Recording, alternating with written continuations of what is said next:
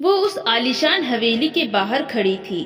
دروازہ اتنا بڑا تھا کہ اسے دیکھنے کے لیے سر اٹھانا پڑتا تھا۔ اس نے پیچھے مڑ کر گاؤں کی طرف نظر دوڑائی۔ گاؤں کا کوئی بھی گھر اتنا عالیشان تو کیا، بلکہ اس حویلی کے آس پاس بھی نہیں تھا۔ اس کے ماتھے پر بل پڑے تھے، گلا سوکھنے لگا تھا۔ دل کیا کہ یہیں سے واپس لوٹ جائے۔ اسے امیروں سے ڈر لگتا تھا، لیکن پھر اس نے اپنے ہاتھ میں موجود خط دیکھا اور پھر گہری سانس لی۔ وہ تیز قدموں سے حویلی کے دروازے کی طرف بڑھتی، زور سے دروازے پر دستک دینے لگی۔ 2 بار، 3 بار اور پھر کئی بار دستک دی، پر اندر سے کوئی جواب نہیں آیا۔ تو وہ ویانگاتمک مسکرائی۔ یا حویلی کے بڑے دروازے شاید صرف بڑے لوگوں کے لیے ہی کھلتے تھے؟ وہ کڑواہٹ سے سوچتی پلٹنے لگی، جب اچانک پیچھے سے گاڑی کے ہارن کی آواز سنائی دی۔ اس کار کے ہارن کی آواز پر دروازہ فوراً کھول دیا گیا تھا۔ ایک عالی شان بڑی کار جس کی ڈرائیونگ سیٹ پر ایک خوبصورت نوجوان بیٹھا تھا۔ وہ نوجوان کار اس لڑکی کی طرف سے گزارتے حویلی کے اندر لے گیا۔ دروازہ پھر سے بند ہونے لگا تو اسے سمجھ نہ آیا کہ وہ کیا کرے۔ تبھی اندر سے کسی کی آواز آئی، باہر کوئی خیرات کے لیے کھڑا ہے، اسے کچھ دے کر بھیج دو۔ اس شبد نے اس کی وجود کو بہت چھوٹا سا محسوس کیا۔ اس نے آج تک کسی سے 1 روپیہ خیرات کا نہیں لیا تھا، اور ایک گھمنڈی آدمی اسے فقیر سمجھ رہا تھا۔ میں فقیر نہیں ہوں، وہ غصے سے چلائی۔ اندر بڑھتے آفتاب شیخ کے قدم رکے تھے۔ اس نے پلٹ کر ایک نظر اس لڑکی کو دیکھا جو دروازے کے باہر کھڑی تھی۔ سادے سمپل سے کپڑوں میں پاؤں میں کھدر کا پہناوا تھا اور سر پر سفید دوپٹہ لیا ہوا تھا۔ گورا چہرہ، گہری جھیل سی آنکھیں، خوبصورت نین نقش۔ اس کے ہاتھ کانپ رہے تھے۔ وہ کنفیوز تھی یا پریشان۔ اس کے ہاتھ میں کوئی کاغذ تھا۔ آفتاب نے سر سے پاؤں تک اسے دیکھا اور پلٹ گیا۔ وہ جو سمجھی تھی کہ وہ اسے اندر بلائے گا، اس کے پلٹنے پر وہ غصہ ہو گئی اور چلا کر بولی، مجھے راشد شیخ سے ملنا ہے۔ اس کی اگلی بات پر دوبارہ آفتاب کے قدم رکے تھے۔ آفتاب نے اسے پلٹ کر دیکھا اور پھر گارڈ کو اشارہ کیا۔ گارڈ نے دروازہ اس کے منہ کے سامنے بند کر دیا۔ یہ دیکھ کر اسے حیرت ہوئی، اس کے جیسے تو روز کئی آتے تھے راشد شیخ سے ملنے، ان سے خیرات مانگنے یا اپنی بیٹیوں کے دہیج کے لیے پیسے مانگنے۔ یہ تو روز کا معمول تھا۔ وہ بھلا ہر ایرے گہرے پر کیسے یقین کر سکتا تھا؟ وہ اندر جا چکا تھا، جبکہ وہ وہیں دروازے کے پاس کھڑی رہ گئی تھی۔ اس کا غصے سے برا حال تھا۔ اس نے ایک موٹا بھاری پتھر اٹھایا اور زور سے حویلی کے دروازے پر مارا، اور پھر حویلی کے قریب بنے ایک چبوترے پر اداسی سے بیٹھ گئی۔ اگر اس کا بس چلتا تو وہ یہاں سے لوٹ جاتی اور دوبارہ کبھی ان منحوس حویلی والوں کی شکل بھی نہ دیکھتی، لیکن وہ مجبور تھی، اس کے پاس کوئی دوسرا ٹھکانہ نہیں تھا۔ کافی دیر وہیں بیٹھے رہنے کے بعد جب اسے برداشت نہ ہوا تو ایک بار پھر حویلی کا دروازہ پیٹنے لگی۔ گارڈ نے دروازہ کھولتے غصے سے اسے گھورا، اے لڑکی، تنگ مت کرو، جاؤ یہاں سے، صاحب نہیں ہے، کہیں اور جا کے خیرات مانگو۔ گارڈ کی بات پر اس کا غصے سے برا حال ہوا تھا۔ اس نے زمین سے ایک پتھر اٹھایا اور گارڈ کو دے مارا۔ گارڈ غصے سے اسے گھورنے لگا اور اسے بازو سے پکڑتے کھینچ کر اندر لایا۔ اندر ہال میں موجود آفتاب شیخ اپنے کسی کام میں ویست تھا۔ جب گارڈ اس لڑکی کو کھینچتا ہوا آفتاب کے سامنے لایا، صاحب، یہ لڑکی پاگل ہے، اس نے میرے سر پر پتھر مارا ہے، کہتی ہے اس کو راشد شیخ سے ملنا ہے، ورنہ بھی۔ اس نے اتنا ہی کہا تھا کہ آفتاب نے ایک بار پھر اس لڑکی کو دیکھا۔ آفتاب کے ماتھے پر بل پڑے تھے۔ سامنے کھڑی لڑکی خوبصورت تھی اور شکل سے ہی گھمنڈی اور بدتمیز لگ رہی تھی۔ تمہیں ایک بار کہیں بات سمجھ میں نہیں آتی کہ نہیں ہے؟ راشد شیخ سے کیا کام ہے، مجھے بتاؤ، آفتاب نے غصے سے پوچھا۔ میں آپ کو نہیں جانتی، نہ مجھے آپ سے بات کرنے میں کوئی دلچسپی ہے۔ مجھے صرف ایک بار راشد شیخ سے ملنا ہے، اس کے بعد میں چلی جاؤں گی، اس نے کہا۔ تو آفتاب نے اسے دلچسپی سے دیکھا۔ تم راشد شیخ سے اب تبھی مل سکتی ہو جب تم مجھے بتاؤ گی کہ کیا معاملہ ہے۔ اس لڑکی کے سامنے آیا تھا جس پر وہ لڑکی اپنے قدم پیچھے لے گئی تھی۔ آفتاب نے اس کا گھبرانا خوب دیکھا تھا۔ یہ تمہارے ہاتھ میں کیا ہے، کوئی خط؟ आफताब ने अंदाजा लगाया था तो उसने खत को अपनी कमर के पीछे छिपाने की कोशिश की। आप सिर्फ एक बार मेरी मुलाकात राशिद शेख से करवा दो प्लीज, उसने मिन्नतें की। तुम हो कौन? तुम्हारा नाम क्या है? आफताब ने पूछा। मेरा नाम नूरी फैसल शेख है। इस नाम पर आफताब के कदम जैसे जम गए हों। वो आंखें छोटी करके उसे गौर से देखने लगा, जैसे पहचानने की कोशिश कर रहा हो। फिर माथे पर कई बल पड़े। तुम यहाँ क्यों आई हो? कोई जरूरत नहीं तुम्हें राशिद शेख से मिलने की। गार्ड, निकालो इसे हवेली से, आफताब ने गुस्से से कहा। इस नाम पर आफताब का गुस्से से बुरा हाल हुआ था। नूरी उसके अचानक गुस्से पर और घबरा गई थी।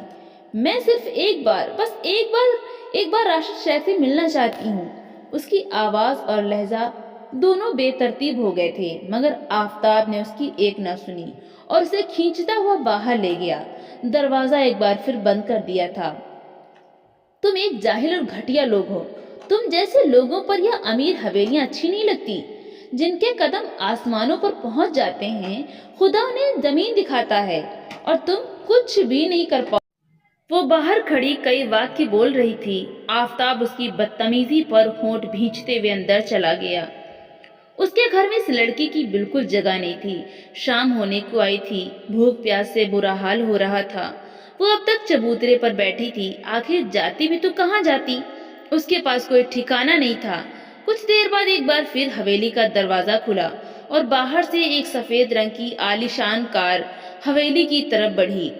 नूरी फैसल शेख ने नजर उठाकर देखा तो उस गाड़ी के फ्रंट सीट पर ड्राइवर के बराबर एक बूढ़ा आदमी बैठा था।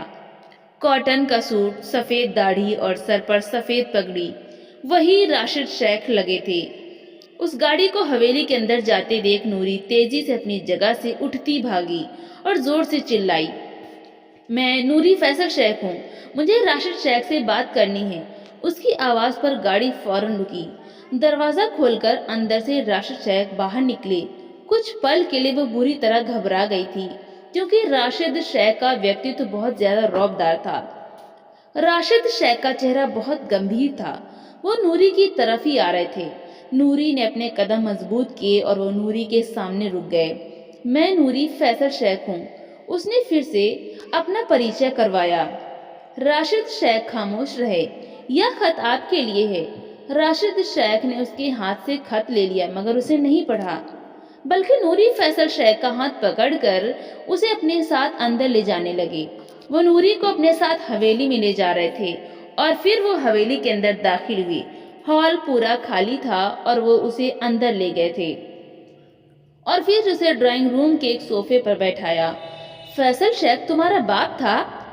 राशिद शेख की बात पर नूरी ने फौरन हाँ कहा। राशिद शेख की आंखों में आंसू टिमटिमा रहे थे। उन्होंने नजरें झुका ली। नूरी ने महसूस किया कि शायद वो कुछ छिपाने की कोशिश कर रहे हैं। फिर उन्होंने वो खत निकालकर पढ़ना शुरू किया। तुम्हारी माँ कहाँ है? उन्होंने सवाल किया। उनकी मृत्यु हो गई है। नूरी की बात पर राशिद शेख ने चौंक कर उसे देखा। क्या हुआ था उसे? नूरी की आंखों से आंसू बहने लगे। उनको कैंसर था, आखिरी स्टेज का। उन्होंने लड़ने की बहुत कोशिश की, मगर उनके पास बीमारी से लड़ने के लिए ताकत और पैसे दोनों नहीं थे। उसके बताने पर राशिद शेख ने गहरी सांस ली और फिर वो खत पढ़ने लगे। वो खत पढ़ते रहे। पहले तो चेहरे पर नागवार भाव था। नूरी ने गौर से उन्हें देखा और फिर चेहरे पर शांति के साथ उन्होंने वो खत वापस बंद करके अपनी जेब में रख लिया। उठो, मेरे साथ अंदर चलो। उन्होंने नूरी को खड़े होने का इशारा किया और उसे साथ लिए हॉल की तरफ बढ़े। अंदर उनकी दो बहुएं सोफे पर बैठी थीं। वो उनके साथ एक लड़की को देखकर चौंक पड़ी थीं। सबको बुलाओ, हमें बात करनी है। राशिद शेख के हुक्म पर नौकर सबको हॉल में बुला लाए थे। पूरी हवेली के लोग इस वक्त उन्हें देख रहे थे। सबकी नजरें अजीब थीं, बल्कि उनके चेहरे पर खुशी के बजाय नापसंदगी थी, जैसे उसका यहाँ आना किसी को अच्छा नहीं लगा हो। एक कोने में सोफे पर आफताब बैठा था। वो भी नूरी को सर से पांव तक गुस्से भरी नजरों से देख रहा था। नूरी का यहाँ आना बहुत गलत लग रहा था। दिल अजीब बेतरतीबी से धड़क रहा था। राशिद शेख ने उसका परिचय करवाया। यह फैसल की बेटी है। नूरी फैसल शेख। कुछ पल के लिए सबने हैरत से उसे देखा, फिर सबके चेहरे पर एक व्यंग्यात्मक मुस्कुराहट आई। चलो तो मतलब मोहतरमा लौट आई हैं। नूरी फैसल शेख को यह समझ नहीं आया था कि सब लोग ऐसा क्यों बोल रहे हैं। शायद इस खानदान में बेटियों को पसंद नहीं किया जाता था। हाँ, इसके अलावा और क्या वजह हो सकती थी। नौकरानी, नूरी को कमरे में छोड़कर आओ। राशिद शेख के हुक्म पर नौकरानी नूरी को साथ लिए सीढ़ियों की तरफ बढ़ी। अब राशिद शेख ने बाकी सबको भी जाने का इशारा किया। सभी लोग अपने चेहरे पर नाराजगी का भाव लिए अपने कमरे में चले गए थे। आफताब भी अपने कमरे की तरफ बढ़ा था।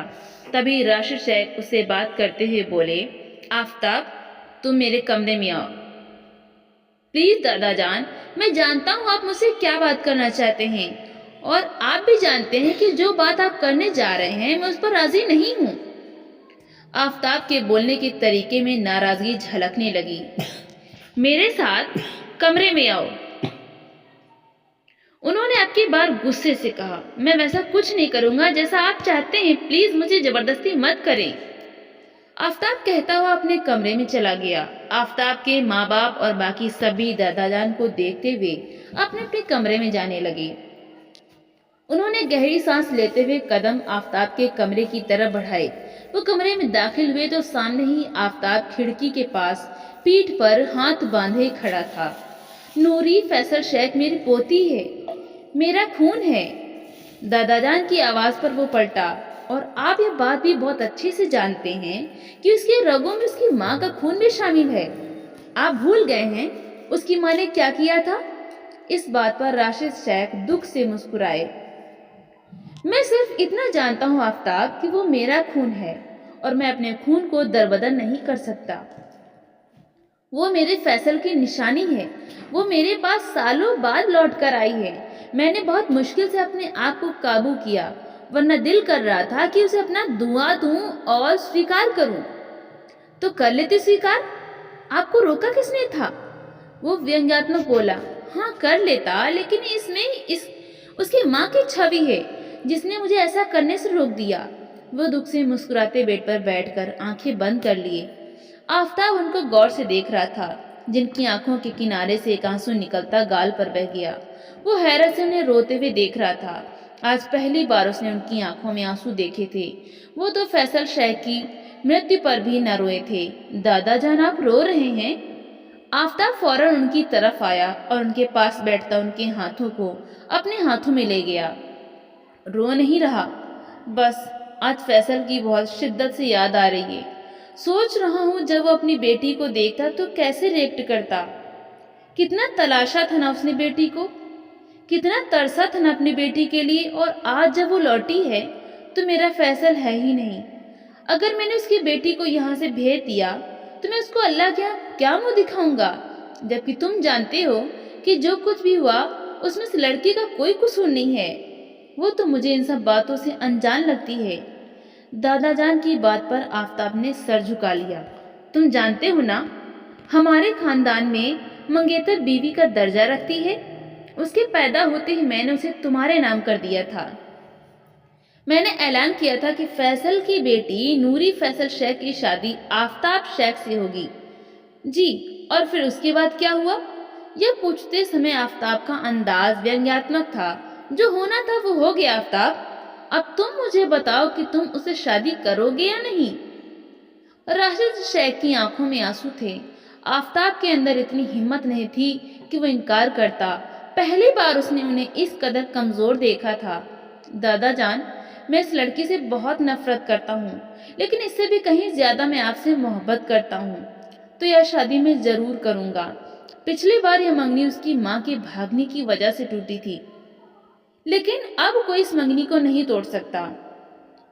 बल्कि मैं कहता हूँ कि आप जल्द से जल्द शादी का इंतजाम करें। आफताब ने उनको तसल्ली दी तो उन्होंने उसे फौरन अपने सीने से लगा लिया। वो उनका लाडला था, बहुत लाडला। आफताब की खातिर पूरी दुनिया को उस पर न्यौछावर कर सकते थे, और यही वजह थी कि वो उनका सबसे लाडला पोता था, उनके बेटों से भी ज्यादा लाडला। आज शाम में ही तुम्हारा निकाह होगा इससे, क्योंकि मैं जानता हूँ हवेली में कोई भी उसे बर्दाश्त नहीं करेगा। لیکن اگر وہ تمہارے نام ہو جائے گی اور اس کے نام کے ساتھ تمہارا نام جڑ جائے گا تو یقیناً پھر حویلی میں سب اس کو نہ صرف برداشت کریں گے بلکہ اسے وہ درجہ بھی دیں گے جو اس کا حق ہے۔ دادا جان کی بات پر آفتاب نے کہا، ہاں، لیکن میں چاہتا ہوں ایک بار آپ اس محترمہ سے پوچھ لیں کیا وہ اس شادی پر راضی ہے۔ آفتاب کی بات پر راشد شیخ کے ماتھے پر بل پڑے۔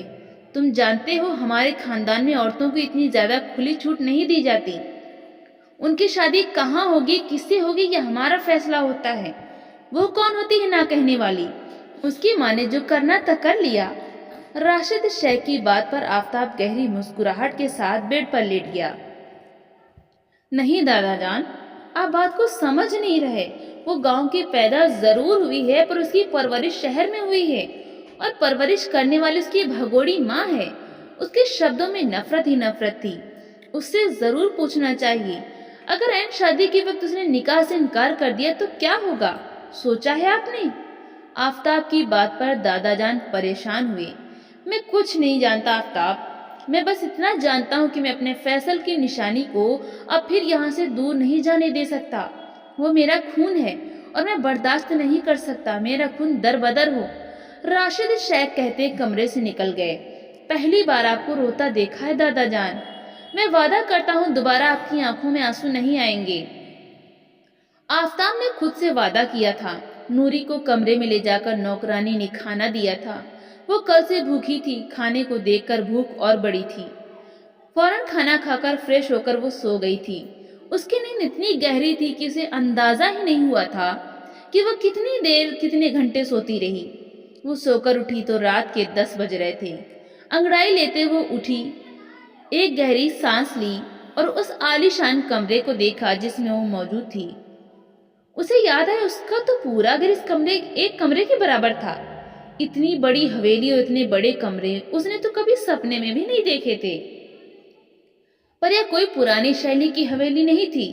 اس کمرے میں ہر وہ چیز تھی جو آدھنک اور امیری کا منہ بولتا ثبوت تھی۔ وہ ڈریسنگ مرر کے سامنے کھڑی ہوتی اپنا اداس چہرہ دیکھنے لگی۔ بکھرے بال اس نے حویلی کے لوگوں کو دیکھا تھا۔ ان کے کپڑے بہت عالی شان اور خوبصورت تھے۔ ایک نظر اپنے کپڑے پر ڈالی تو دکھی ہو کر مسکرائی۔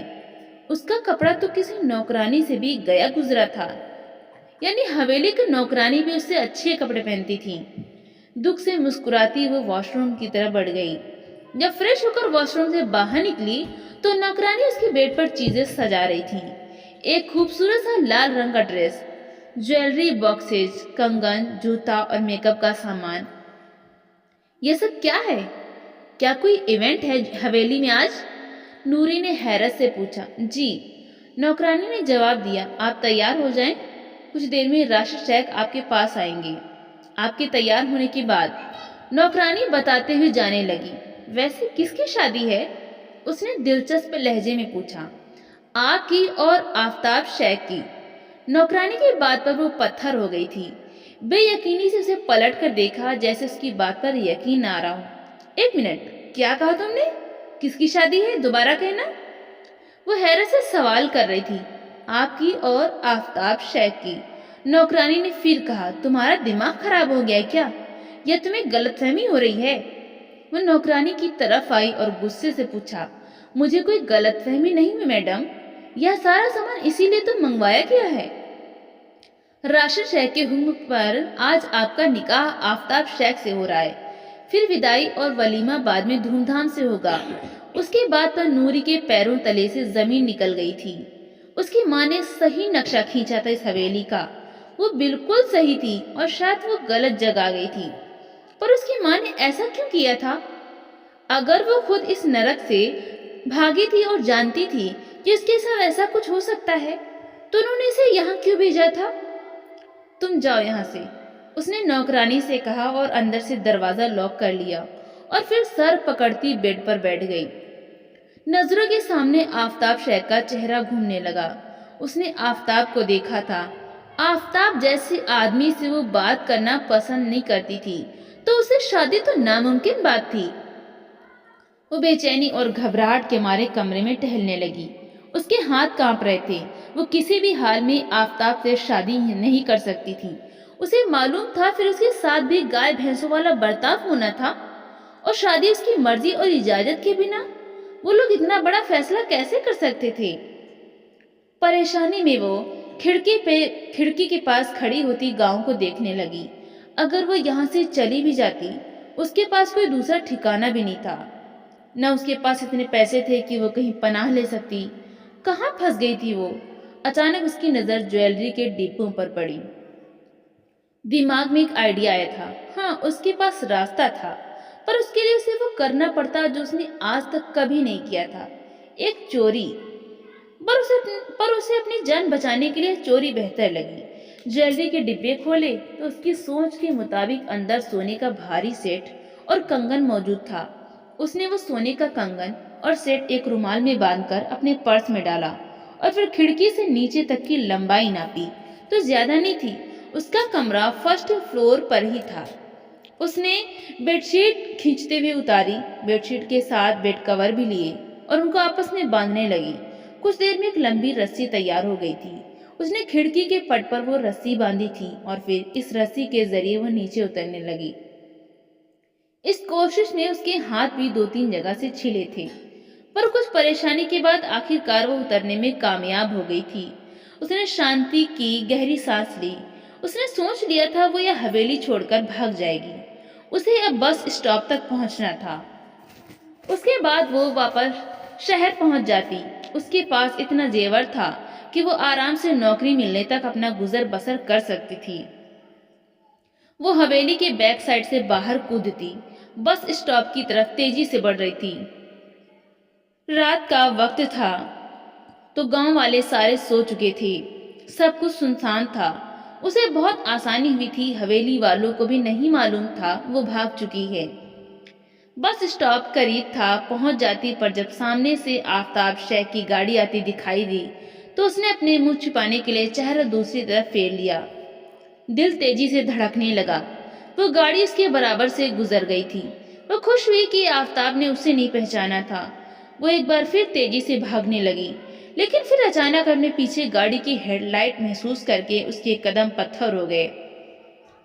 آفتاب جو ڈیرے سے واپس آ رہا تھا، اتنی رات کو ایک انجانی لڑکی کو دیکھ کر وہ چونکا تھا، لیکن وہ نظر انداز کر گیا تھا۔ لیکن پھر دماغ میں جھٹکا سا ہوا تھا۔ اتنی رات کو گاؤں والے باہر نہیں نکلتے، نہ ہی حویلی والے، لیکن وہ لڑکی بھاگ رہی تھی، اس کا کپڑا جانا پہچانا تھا۔ اس کے دماغ میں نوری فیصل شیخ آئی تھی، یعنی اپنی ماں کی طرح وہ بھی گھر سے بھاگ رہی تھی۔ آفتاب کا غصے سے برا حال ہوا تھا۔ اس نے گاڑی موڑی تھی۔ اس نے پہلی بار دادا کو روتے دیکھا تھا۔ اگر دادا کو معلوم ہوتا نوری فیصل شیخ بھاگ گئی ہے تو وہ ٹوٹ جاتے اور وہ اپنے دادا کو بکھرتے نہیں دیکھ سکتا۔ وہ تیزی سے گاڑی نوری فیصل شیخ کی طرف لے گیا تھا۔ نوری نے پلٹ کر دیکھا تھا، وہ آفتاب ہی تھا جو اب گاڑی سے اتر رہا تھا۔ آفتاب کے پیچھے تو گارڈز بھی تھے۔ وہ تیزی سے بس اسٹاپ کی طرف بھاگنے لگی۔ آفتاب نے غصے سے اسے گھورا اور منہ پر ہاتھ پھیرا۔ یہ لڑکی تو میرے ہاتھوں برباد ہوگی، اسے تو میں نہیں بگڑنے دوں گا۔ میرا وعدہ ہے میں نے تمہیں سیدھا نہ کیا تو میرا نام آفتاب شیخ نہیں۔ آفتاب یہ کہتے واپس گاڑی میں بیٹھا تھا۔ گاڑی کا دروازہ بند کر کے وہ دھیرے دھیرے نوری فیصل شیخ کے پیچھے پیچھے گاڑی بڑھانے لگا۔ اس نے اپنے خاص آدمی کو فون کیا تھا اور اسے ڈیرے پر پہنچنے کو کہا تھا۔ نوری فیصل شیخ بھاگتی جا رہی تھی اور اس کے پیچھے آفتاب گاڑی میں آ رہا تھا۔ آفتاب کے ہونٹوں پر اب مسکراہٹ بکھر گئی تھی۔ وہ لڑکی بھاگنے کی کوشش کر رہی تھی۔ اسے کیا لگتا تھا کہ بس اسٹاپ کی بس آفتاب کی اجازت کی بنا وہاں سے روانہ ہو جائے گی؟ نوری ابھی سامنے سے آ کر رکتی بس کے اندر چڑھ گئی، جبکہ وہ بس ڈرائیور آفتاب کے اشارے پر رک گیا۔ نوری کو بس میں جگہ مل گئی تھی۔ وہ سیٹ پر بیٹھی تھی، لیکن بس والا چلنے سے انکار کر رہا تھا۔ میڈم، آپ بس سے اتریں۔ جب تک آپ بس میں بیٹھی ہیں بس نہیں چلے گی، کنڈکٹر نے اس سے کہا تھا۔ وہ کیوں؟ اس نے گھبرا کر کنڈکٹر سے پوچھا۔ کیونکہ یہ راشد شیخ کا حکم ہے، آپ بس سے باہر نکلیں۔ کنڈکٹر کے کہنے پر وہ بس سے نیچے اتری تھی۔ بس اسے نیچے اتار کر چلی گئی تھی۔ जबकि आफताब गाड़ी के बोनट से टेक लगाए खड़ा था और मुस्कुराकर उसे ही देख रहा था। हो गई भागने की ख्वाहिश पूरी? आफताब के सवाल पर डर से उसने होंठ भींचे थे। आफताब उसकी तरफ बढ़ा तो वह कदम पीछे लेने लगी। वो लड़खड़ाकर नीचे गिरने लगी थी कि आफताब ने उसे बाजू से थाम कर गिरने से बचाया। तुम्हें भागना नहीं चाहिए था। मेरा दिल शायद तुम्हारे लिए कुछ नरम हो जाता, पर अब सिर्फ पत्थर है। बल्कि अब तो इस नफरत में और इजाफा हो गया है। मुझे तुम जैसी बेबाक लड़की से नफरत है, बहुत नफरत। यह कहते हुए आफताब ने उसे खींचते हुए गाड़ी में बैठाया था। तो मुझे भी तुम जैसे लोगों से नफरत है। तुम जालिम और घटिया होते हो, नूरी फैसल शेख ने अपने बचाव में गुस्से से कहा था। जब आफताब ने उसे गुस्से से देखा था, यह शब्द मैं तुम्हें सूद समेत लौटाऊंगा। नूरी फैसल शेख, अगर तुम्हारे नाम के साथ फैसल शेख का नाम ना लगा होता तो मैं तुम्हें उसी वक्त जमीन में गाड़ देता, पर इस वक्त मेरे हाथ बंधे हुए हैं। लेकिन चिंता मत करो, तुमसे निकाह के बाद मेरे हाथ खुल जाएंगे और फिर मैं तुम्हें दिखाऊंगा कि मैं क्या हूँ। इस बात पर नूरी और डर गई थी। मैंने तुम्हारा क्या बिगाड़ा है? मैं नहीं पसंद ना, तुम्हें जा रही हूँ यहाँ से, मुझे जाने दो। नूरी ने उसकी मिन्नत की थी। तुम मुझे वाकई बिल्कुल नहीं पसंद, पर मैं अपने दादा की आंखों में आंसू नहीं देख सकता, और अगर उन्हें पता चला तुम यहाँ से भागी हो तो वो बहुत तकलीफ का शिकार होंगे। तो तुम्हें तो इस चीज की सजा जरूर मिलेगी। यह कहते हुए वो गाड़ी की ड्राइविंग सीट पर बैठा था। उसने गाड़ी स्टार्ट की थी। नूरी जो अब हवेली जाने के नाम से डर रही थी, वो जानती थी हवेली जाएगी तो सबको पता चल जाएगा और शायद अब उस पर जुल्म और सितम ढाएंगे। लेकिन उसे बहुत हैरानी हुई जब गाड़ी हवेली की जगह कहीं और जाने लगी। तुम मुझे कहाँ लेके जा रहे हो? गाड़ी रोको, मुझे उतरना है, उसने घबराते हुए कहा था। आफताब के होठों पर सिर्फ मुस्कुराहट थी। आफताब ने उसे कोई जवाब नहीं दिया था। मैं कह रही हूँ गाड़ी रोको, नूरी चिल्लाई थी। तभी आफताब ने उसे अपने करीब किया और उसकी आंखों में देखा। तुम मुझे मजबूर मत करो कि मैं तुम्हारे साथ कुछ बहुत बुरा करूं। अब सिधाई से खामोश बैठी रहो। नूरी गाड़ी से उतरने के लिए गाड़ी का दरवाजा खोलने की कोशिश करने लगी, पर गाड़ी का दरवाजा लॉक था। कोई फायदा नहीं नूरी फैसल शेख भागने का। तुम भागोगे भी ना, तुम तब भी सिर्फ मुझे ही पाओगी। इस गांव में कोई तुम्हें पनाह नहीं देगा और ना ही तुम इस गांव से मेरी इजाजत के बिना बाहर निकल सकती हो। तो इसीलिए अपनी कोशिशें खत्म कर दो, क्योंकि तुम्हारी कोशिशें मेरे गुस्से में और इजाफा कर रही हैं। आफताब की बात पर वो रोने लगी। उसको रोता देखकर आफताब ने शांति की सांस ली थी। यह लड़की रोते हुए बहुत अच्छी लग रही थी। उसे तकलीफ में देख आफताब को शांति मिल रही थी। गाड़ी डेरे पर रुकी थी। वह नूरी की तरफ आया और वो घसीटते हुए उसे अंदर ले गया। नूरी अपना हाथ छुड़वाने की कोशिश कर रही थी। वो अब आफताब शेख के डेरे पर मौजूद थी। अंदर आफताब का खास नौकर निकाह कराने के लिए काजी और 4 गवाहों के साथ मौजूद था। तुम क्या करने वाले हो? अंदर का माहौल देखकर नूरी ने उससे नफरत से सवाल किया। तुम जैसी बेहया लड़की से निकाह? आफताब की बात पर वो पत्थर हो गई थी। मैं तुमसे निकाह नहीं करूंगी, वो चिल्लाई। आफताब का गुस्सा बढ़ने लगा था। मुझे मजबूर मत करो नूरी कि मैं तुम्हारे साथ कुछ बुरा करूं, वरना यकीन करो मुझे तुम पर बिल्कुल रहम नहीं आएगा। आफताब ने कहते हुए अपने खास नौकर को सबको बाहर ले जाने का इशारा किया। अब कमरे में सिर्फ नूरी और आफताब मौजूद थे। तुम जो भी कर लो, मैं तुमसे निकाह नहीं करूंगी। मैं तुम लोगों की कोई गुलाम नहीं हूं जो तुम्हारे इशारों पर चलूंगी। मैं तो तुम लोगों को जानती तक नहीं। क्या ऐसा होता है कि जबरदस्ती किसी लड़की से निकाह कर लिया जाए जो तुम्हें जानती भी नहीं? नहीं, ऐसा नहीं होता, नूरी जोर से चिल्लाई। पर अगले ही लम्हे आफताब के हाथ का थप्पड़ उसके होश गुम कर गया था। उसका सर घूमने लगा और वो जमीन पर औंधी मुँह गिरी थी। कुछ लम्हे बाद होश आए तो वो बेयकीनी से आफताब को देखने लगी थी। उसे आफताब से डर महसूस हुआ था। अब बोलो, क्या कह रही थी? मैंने ठीक से सुना नहीं। आफताब घुटने के बल उसके सामने बैठा था। आफताब के तेवर इस हद तक खराब थे। नूरी को एकदम घबराहट होने लगी। वो पीछे की तरफ खसकी। खुदा के लिए मुझे जाने दो, प्लीज जाने दो। वो रो रही थी। निकाह करोगी या नहीं? आफताब के सवाल पर नूरी ने तेजी से नहीं कहा था। उसके इनकार पर आफताब शेख ने एक और थप्पड़ नूरी फैसल शेख के मुंह पर दिया था। यह थप्पड़ पहले थप्पड़ से कदरे हल्का था, यानी सिर्फ डराने के लिए मारा था, लेकिन वो अपने मकसद में कामयाब हुआ था। नूरी बुरी तरह से घबरा चुकी थी। तुम मुझ पर हाथ नहीं उठा सकते, यह जाहिल मर्दों की निशानी होती है। तुम एक जाहिल मर्द हो। नूरी गुस्से से गुर्राई। हाँ, वाकई ही जाहिल हूँ और तुम्हें यही बताने की कोशिश कर रहा हूँ कि मेरी जहालत मत आजमाओ, इसीलिए कह रहा हूँ मेरी बात मान लो। नूरी अब सचमुच डर गई थी। तभी उसने आफताब से निकाह करने पर राजी हो गई थी। कुछ देर बाद आफताब का और उसका निकाह शुरू हुआ था और फिर कुछ ही लम्हों में वो नूरी फैसल शेख से नूरी आफताब शेख बन गई थी। हम घर जा रहे हैं, वहां अगर तुमने कोई भी ऊटपटांग बात की तो अच्छा नहीं होगा। सब पूछेंगे तुम कहाँ से आ रही हो, तो सबको जवाब मैं दूंगा। तुम सिर्फ खामोशी से मेरी हाँ में हाँ मिलाना।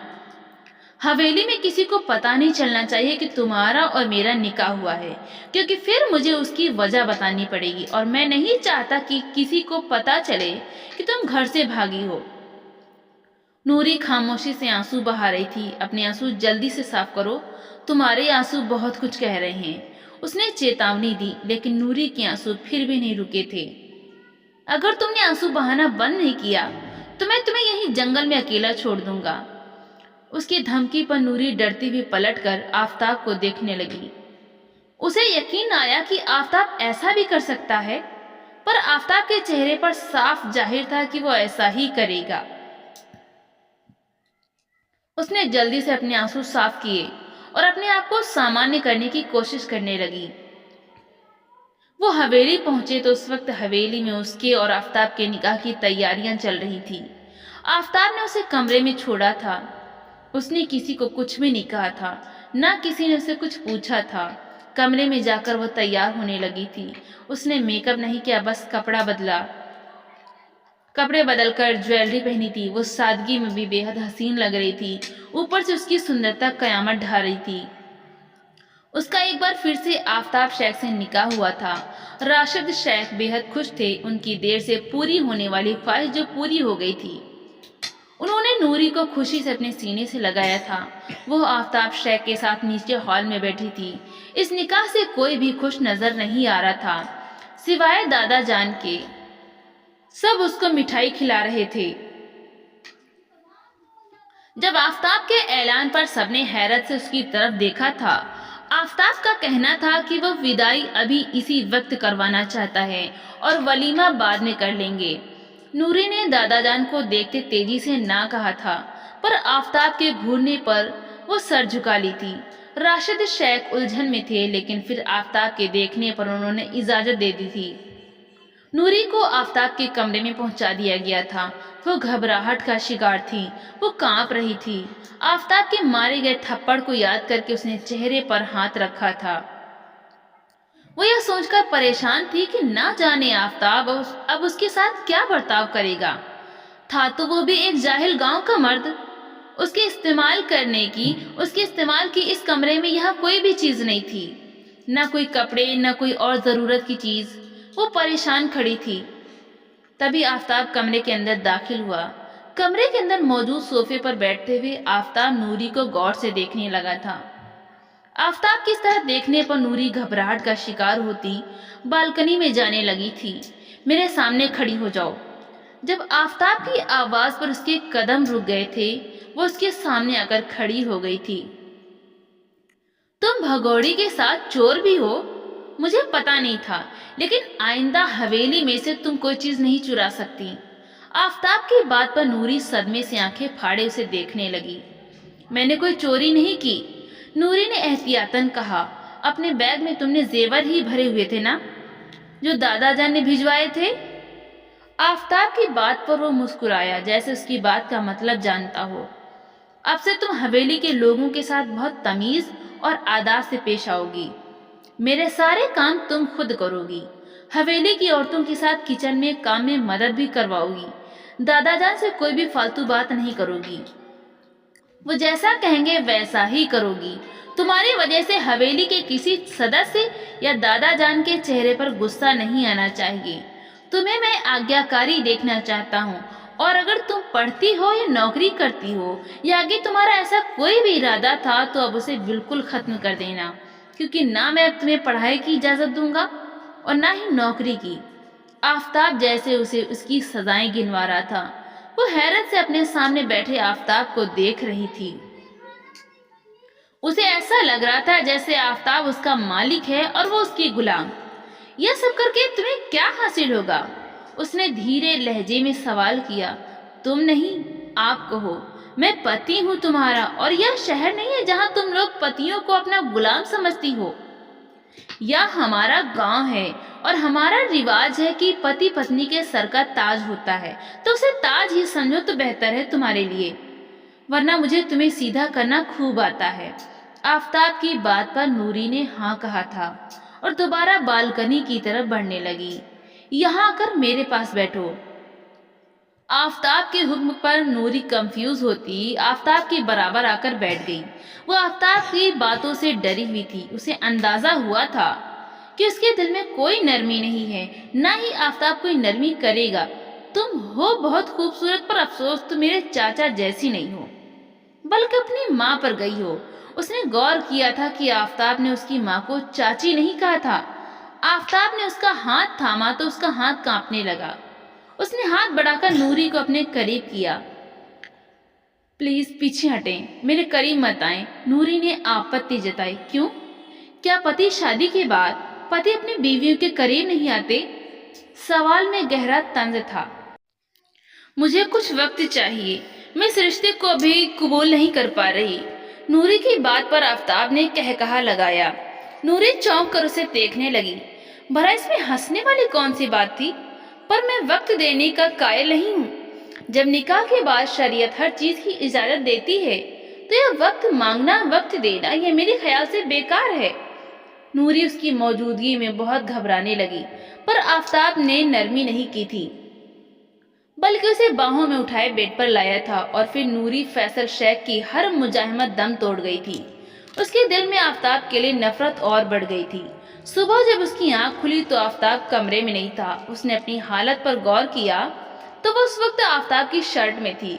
उसे खुद से शर्म आई थी, लेकिन फिर कल होने वाले वाकयात याद आते ही आंखों से तेजी से आंसू बहने लगी थी। एक ही दिन में उसकी जिंदगी क्या से क्या हो गई थी। वो शिद्दत से रो दी। अभी रोने का सिलसिला जारी था जब आफताब कमरे में दाखिल हुआ और उसे रोता देख चौंक गया। विधवा होने पर औरतें रोती हैं, सुहागन होने पर नहीं। अपना ड्रामा बंद करो। नौकरानी ने तुम्हारे कपड़े अलमारी में सेट कर दिए हैं, जाओ तैयार हो जाओ। आफताब की बात पर वो हैरान हुई। क्या मतलब? नौकरानी ने मुझे इस कपड़े में देखा है? उसने अपनी तरफ इशारा किया और फिर घबरा कर जल्दी से खुद पर लपेट गई। वो उस वक्त सिर्फ आफताब की शर्ट में थी। आफताब शेख उसकी हरकत पर मुस्कुराहट छिपाने लगा। हाँ, देखा है उसने तुम्हें इस हाल में, और वो सब समझ गई थी कि रात को हमारे बीच क्या क्या हुआ था। आफताब शांति भरे लहजे में उसे तंग करने के लिए बोला। अगर नूरी आफताब की नफरत से निकलती तो वो देख पाती कि आफताब का रवैया ना सिर्फ उसके साथ नर्म था, बल्कि आफताब उसके साथ बहुत अच्छे से पेश आ रहा था। नूरी चादर से निकलती जल्दी से वॉशरूम की तरफ बढ़ी। आफताब वापस नीचे आ गया था क्योंकि उसे कहीं जाना था। उसके पीछे ही नूरी भी नीचे आई थी, क्योंकि अब वो आफताब की बीवी थी और दादाजी भी सामने ही बैठे थे। दिन यूं ही तेजी से गुजरने लगी। उसने अपने आप को आफताब के हवाले कर दिया था। आफताब को यह देखकर बहुत खुशी हुई थी। उसका रवैया नूरी के साथ दिन ब दिन नर्म होता जा रहा था, जबकि नूरी के दिल में यह सोच पक्की होती जा रही थी कि वो यहाँ सिर्फ और सिर्फ एक नौकरानी की हैसियत रखती है, जिसे आफताब शेख के निकाह में दे दिया गया है, और यहाँ हर औरत की हैसियत ऐसी ही होती है। अगर वो इस सोच से निकलती तो देख पाती कि उसे इस हवेली में जिस कदर इज्जत मिल रही थी और आफताब उसे जितनी अहमियत दे रहा था, शायद आज तक किसी ने नहीं दी थी। पर वो किसी तरह इस कैद से आजादी चाहती थी। हाँ, उसे यह कैद ही तो लग रहा था। यह हवेली उसे एक सोने का पिंजरा ही लग रही थी और वो इस पिंजरे में कैद एक चिड़िया। उनके निकाह को 2 महीने गुजर चुके थे। हवेली में उनके वलीमे की बात चल रही थी, जबकि नूरी फैसल शेख के दिमाग में कुछ और ही चल रहा था। आजकल आफताब उस पर यकीन करने लगा था। उसे नौकरानी के साथ बाहर जाने की इजाजत मिल गई थी। यह उसके लिए एक अच्छा मौका था। वो इस हवेली से दूर भाग जाना चाहती थी और उसने फिर यूं ही किया। 2 दिन बाद आफताब की इजाजत से वो बगीचा देखने गई थी। नौकरानी को उसने बातों में उलझाकर वो बगीचे के पीछे से भाग गई थी और फिर शहर जाने वाली बस में जा बैठी थी। उसके हाथ में उसका पर्स था, जिसके अंदर हजारों के नोट थे जो शायद आफताब ने उसे दिए थे, और फिर वो गांव से भाग निकली थी। वो अपने भागने पर बहुत खुश थी। वो भागने में कामयाब हो गई थी। शहर भागकर उसने अपने एक दोस्त के घर 2 दिन के लिए रुकी थी, लेकिन उन्हीं 2 दिनों में उसे मालूम हुआ था कि वो गर्भवती है। यह खबर नूरी फैसल शेख पर किसी बिजली की तरह गिरी थी। उसकी माँ की कहानी एक बार फिर से दोहराई जा रही थी। उसकी माँ भी जब उसके पिता फैसल शेख से बचकर ऐसे ही भागकर आई थी, जब वो भी गर्भवती थी। तारीख एक बार फिर से खुद को दोहरा रही थी। उसने एक हॉस्टल में रहने का इंतजाम कर लिया था और साथ में नौकरी करने लगी थी। उसे शहर रहते 2 महीने गुजर चुके थे। उसे कहीं न कहीं इस बात का ख्याल था कि आफताब उसे ढूंढ निकालेगा, पर उसकी सोच गलत साबित हुई थी। आफताब ने उसे नहीं ढूंढा था। दिन तेजी से गुजरने लगे थे और देखते ही देखते 5 महीने का वक्त गुजर चुका था। वो एक हॉस्पिटल में नर्स की नौकरी के लिए इंटरव्यू देने आई थी। वो हॉस्पिटल बहुत बड़ा था। वो हॉस्पिटल के वेटिंग एरिया में बैठी थी जब अचानक से एक रूम में से राशिद शेख और आफताब शेख निकले थे। आफताब के माथे पर पट्टी बंधी थी। आफताब की नजर उस पर पड़ी तो उसकी आंखों में गुस्सा उतर आया था। वो गुस्से से उसकी तरफ बढ़ने लगा, जबकि नूरी भी डर से पीछे होने लगी थी। पर राशिद शेख की नज़र उसके पेट पर थी। उन्होंने आफताब का हाथ पकड़कर रोका था और उसको गाड़ी में भेजा था। वो खुद भी नूरी की तरफ बढ़े थे। उन्होंने नूरी को अपने साथ चलने के लिए कहा था। मैं आप लोगों के साथ नहीं जाऊंगी, आप लोग मुझे खत्म कर दोगे, नूरी ने डरते हुए कहा था। कोई तुम्हें कुछ नहीं कहेगा नूरी, मेरे साथ चलो। नहीं नहीं, नूरी रोने लगी थी। नूरी, सब देख रहे हैं, मेरे साथ चलो। दादा जान ने उसका हाथ पकड़ा था और उसे गाड़ी में बैठाया था। वो पूरे रास्ते खौफजदा होकर रोती रही थी। आफताब, जिसका गुस्से से बुरा हाल था, उसका बस नहीं चल रहा था नूरी को क्या ही सजा दे, मगर उसने अपने गुस्से पर काबू कर रखा था। हवेली पहुंचने के बाद कई लोगों ने उसे देखा था। सबकी आंखों में उसके लिए गुस्सा और नफरत थी, मगर किसी के अंदर कुछ कहने की हिम्मत नहीं थी।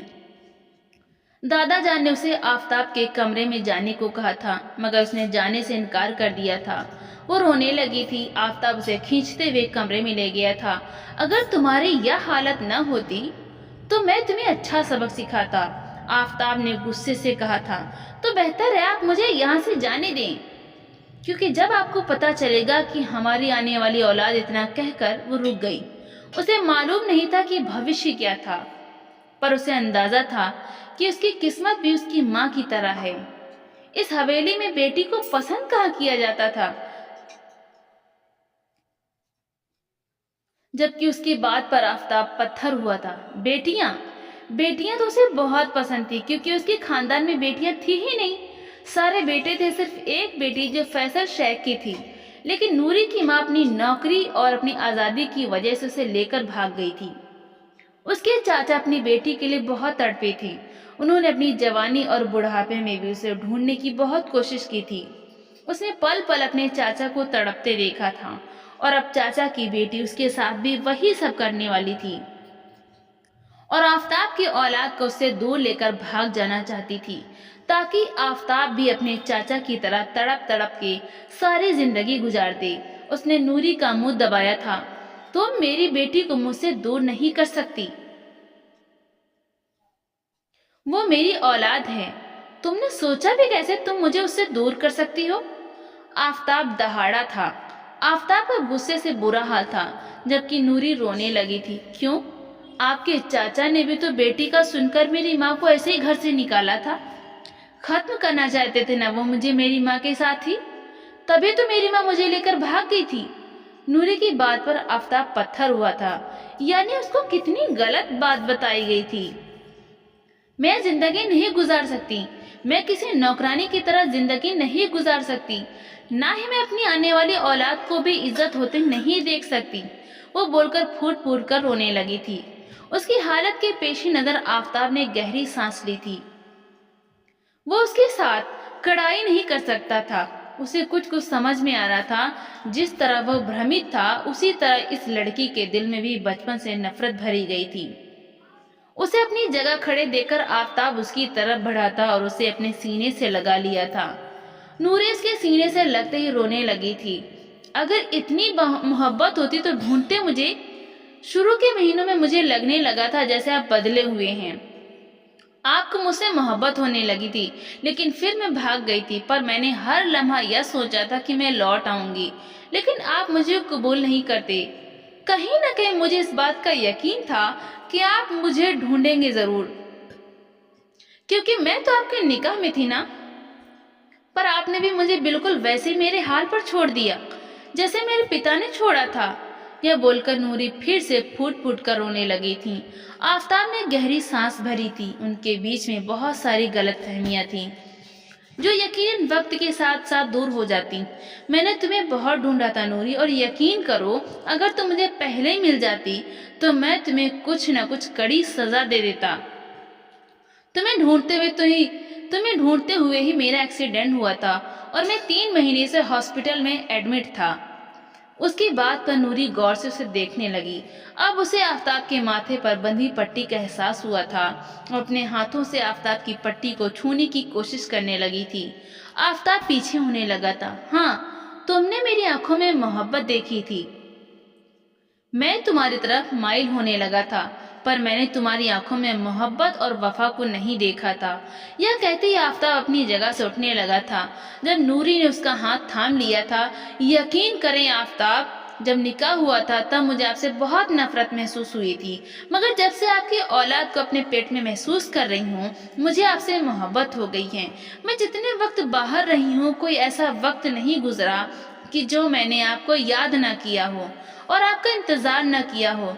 कहीं न कहीं मुझे उम्मीद थी कि आप मुझे ढूंढ लेंगे। वापस आने की मुझ में हिम्मत नहीं थी कि अब अपनी जान के साथ उसकी जान का भी डर था कि मेरे साथ यह भी खत्म ना हो जाए। नूरी यह बोलकर रोने लगी थी।